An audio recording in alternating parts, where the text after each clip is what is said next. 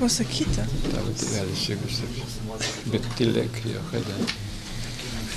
Viskas. Nu, čia tikrai nėra maloniausia žinia, pasakysiu.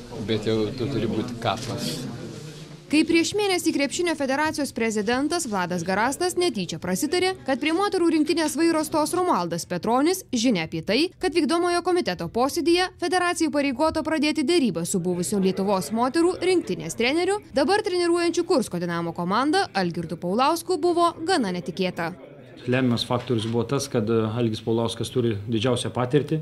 Kaip jis ir pats sakė, prieš porą metų, kada jis paliko rinktinę, kad jis tam tikrą prasme išsisėmė, kad jam reikia truputį iš šono pažvelgti rinktinę, bet kaip matome, tai vienareikšmiškai didžiausia ir patirtį, ir galbūt potencialą turintis treneris, kuris puikiai pažįsta ir varžovės, ir rinktinės, ir trenerius kitų rinktinių.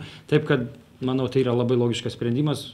Treniruoti moterų rinktinę taip pat pretendavo Šarūnas Sakalauskas, Linas Šalkus, Romualdas Petronis ir Gintaras Kručkauskas. Anot Balčiūno Dinamo ekipos strategas iš esmės sutiko su federacijos pasiūlytomis finansinėmis sąlygomis. Kokios jos? Neatskleidžiama. Užsimenama tik, kad Paulausko atlyginimas būsiąs mažesnis nei vyrų rinktinės trenerio Kęstučio Kemzūros.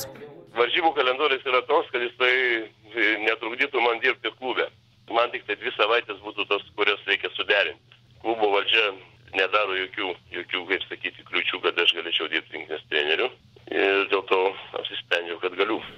Federacijos vykdomasis komitetas iškėlė ir sąlygą dėl būsimo rinktinės trenerių štabo. Paulauskas negalėsęs savo asistentų kviesti ilgamečio bendražygio Alfredo Vainausko, kuris jam talkina Dinamo klube.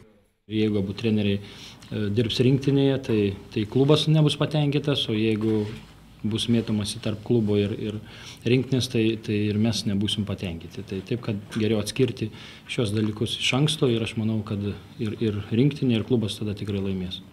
Man yra siūlomas Linas Šalkus, kurį labai gerai pažįstu ir kaip žmogų, ir kaip trenerį, kaip draugą, bet tai buvo man netikėtumas kaip sąlyga. O dar be jo? Be jo Kurtinaitinė, nes jinai pernai jau dirbo su rinktinė ir tiek metų atidavus rinktinė.